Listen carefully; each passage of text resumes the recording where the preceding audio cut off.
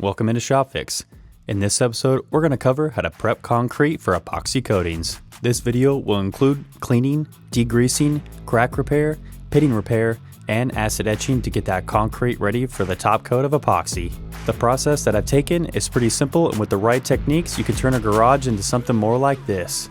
This is actually my dad's garage, and we figured we'd give it a nice remodel, but first, before we put that epoxy, we had to do all those crack repairs and surface preparation, so this is what this video is all about. Shopfix, your free online source for everything DIY.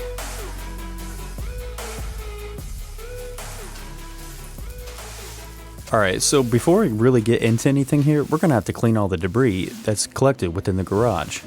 So I'm going to simply take a push broom here, sweep it into a pile, and then vacuum it up.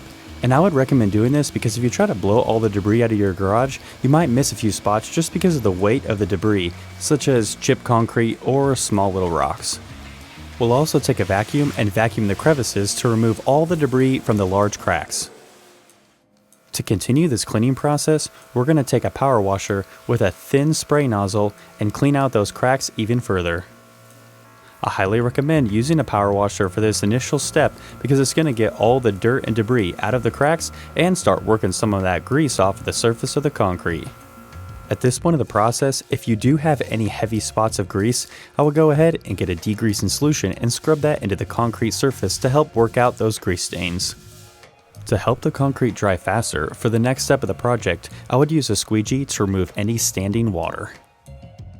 With the concrete now fully cleaned and degreased, we can mix the concrete and repair the large cracks. For the purpose of this video, we're using a product called Recap, which is a concrete resurfacer, but we're mixing it to a trowelable consistency so we can fill in those large cracks. It does take some time to apply the concrete, so make sure you mix it in small batches. The concrete surface of this garage is really uneven, so I'm using a small trowel so I can work along the unevenness of the concrete.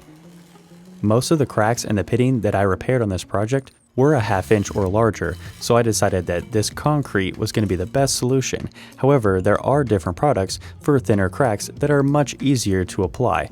With larger cracks, like the ones that I'm dealing with here, mixing your own concrete to a trowelable consistency is going to be the most cost-effective solution and one of the best ways to repair cracks like these in my opinion.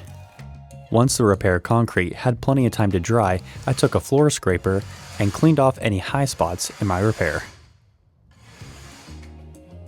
After brushing away all the debris left over from the repair and cleaning off the high spots, I took a power washer to finish the cleaning process. And again, using that squeegee to remove any standing water to allow the concrete to dry faster. With all those steps taken, we now have a cleaned and degreased concrete surface that's free from all large cracks. However, oftentimes garages just like this one have significant pitting along the surface, which is caused by salt deposits. To repair this significant pitting throughout the garage, we're going to be using self-leveling concrete resurfacer called Recap.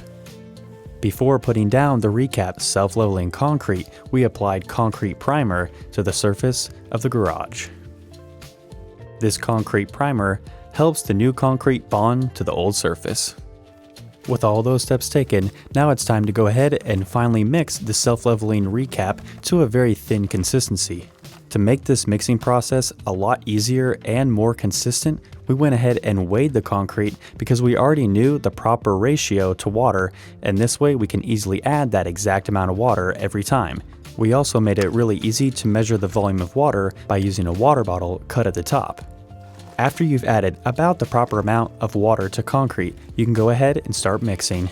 To combine this mixture, you'll want to use a mixing paddle bit attached to a drill. You'll want to add water until you reach a very fluid consistency. Another thing to note here is you'll also want to keep mixing until there's no visible clumps within your mixture. Once your concrete mixture has reached a very thin, fluid consistency, we can begin applying the mixture in the areas in which we want to resurface. Initially, when I was pouring out this mixture onto the floor, I was just dumping it all in one spot and then thinning it out. However, I noticed that when I spread it out in the beginning of the pour, it was a lot easier to thin out in the areas that I needed it to be. Another thing I noticed when applying this thin set concrete is that to get a very smooth consistency just with a squeegee is actually really hard. So I would recommend coming back with a finishing trowel to make that surface a lot cleaner than what the squeegee can leave behind. The last tip that I mention here is that if you already use concrete primer, there's no need to wet the floor before you put down concrete resurfacer, because the primer is doing the same thing as wetting the concrete, which is making the concrete not porous anymore.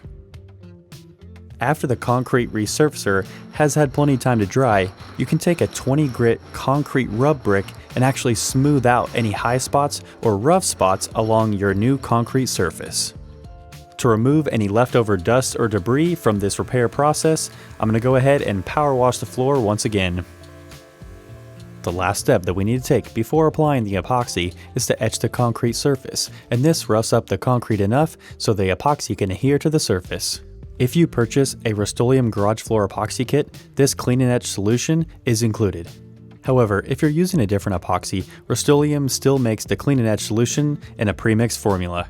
To apply the etching solution, first you're going to want to pre-wet the concrete. Afterwards, you can apply the etching solution from your watering can, making sure to sprinkle it evenly over the surface. Next, you'll want to make sure to thoroughly scrub the solution into the concrete, and then finish the process by rinsing the solution away. Simply repeat this etching process over the entire length of your garage.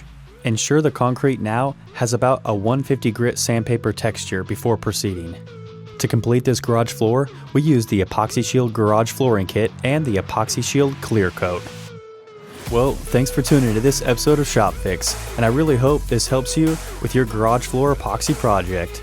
If this is your first time checking out the Shopfix channel, don't forget to smash that like button and subscribe.